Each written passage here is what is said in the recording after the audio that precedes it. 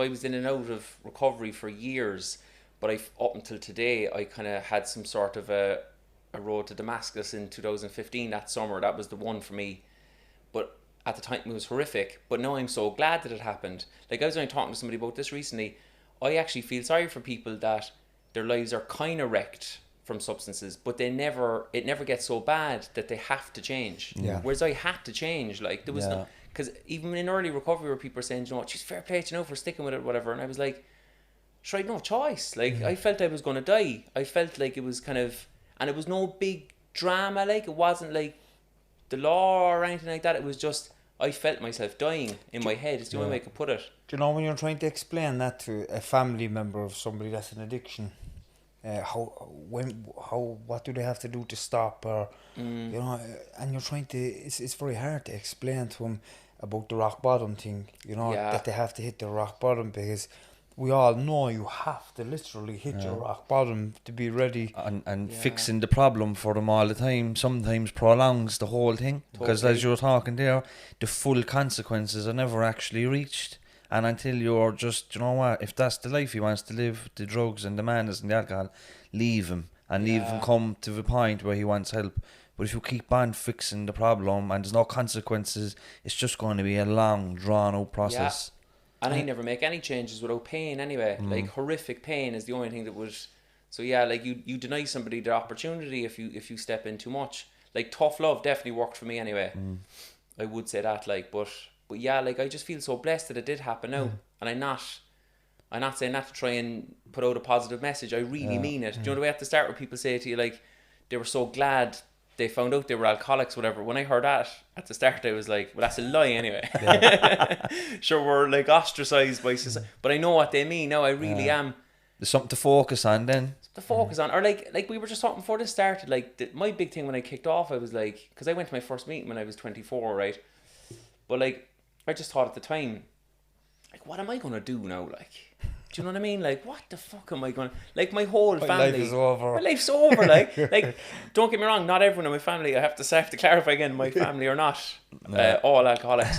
But they're drinkers. Like, it's a drinking working class family, whatever. Like most in Cork, whatever. It's the whole identity. Like, when I was a kid, I loved the smell of a pub. Do you know, I used to love hanging out with my old man, like... I love chatting to old lads about soccer, and they give me all the info about like different European teams and stuff, and I just lapped it up. I was intoxicated by the pub before I ever picked up a pint. It's like, what the fuck am I going to do now? And I also realised as well, even though I was putting on this front as this kind of like outgoing guy, I was fucking so shy and insecure, and I realised the drink was helping me to just manage social anxiety, like. So it's like, how am I going to socialise now? And how am I going to fill my time is the other thing, like. And now...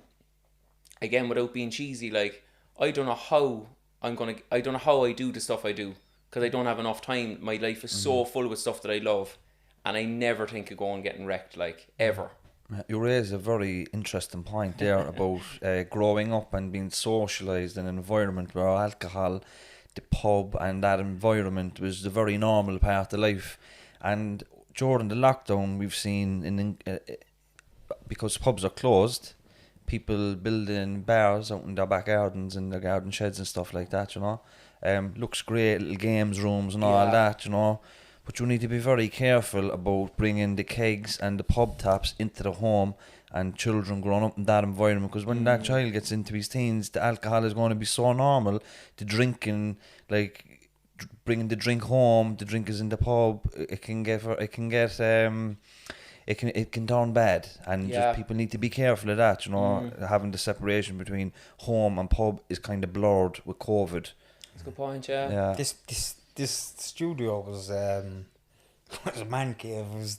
They said this is where I done all my drinking and drugging. Go away, wow. Yeah, you know, I'd be sitting in here. I could be in here for days and days, you know. But fortunately, my kids were sheltered away from all that by my wife. But look at what you're doing in it now, like, that's, you know, it's complete circle, opposite. Like. It's completely flipped. Yeah. You know, so it's fantastic, you know, but as James was saying, it's very important as well to lead, particularly young kids, that they don't think that to be doing... It's just a normal, you know, like, it's not the normal thing. It can... you can be more prone to developing alcoholism if you're growing up in an environment where alcohol is in your everyday, and if it's in your backyard and it's in your house, it's in, you're going to the pub, everything is about alcohol. It's just, it can be dangerous, you know what I mean? And people need to be aware of that. Yeah, like I agree with you 100%. The only thing I would say on that is that I think as well that it comes down to the person a bit as well, you know? Like, I definitely wouldn't want to be one of these people, like, post-drink that's like, drink is bad or evil or anything like that. I don't think that's a useful road to go down in recovery. That I found, like, there was something about me and alcohol together, the two of us together, like, load of hassle and ultimately wanting to self-harm. Like, you know what I mean? I can't put it any other way, really. And a weird relationship, because when it started off, it seemed like we were fucking going to be friends till the end.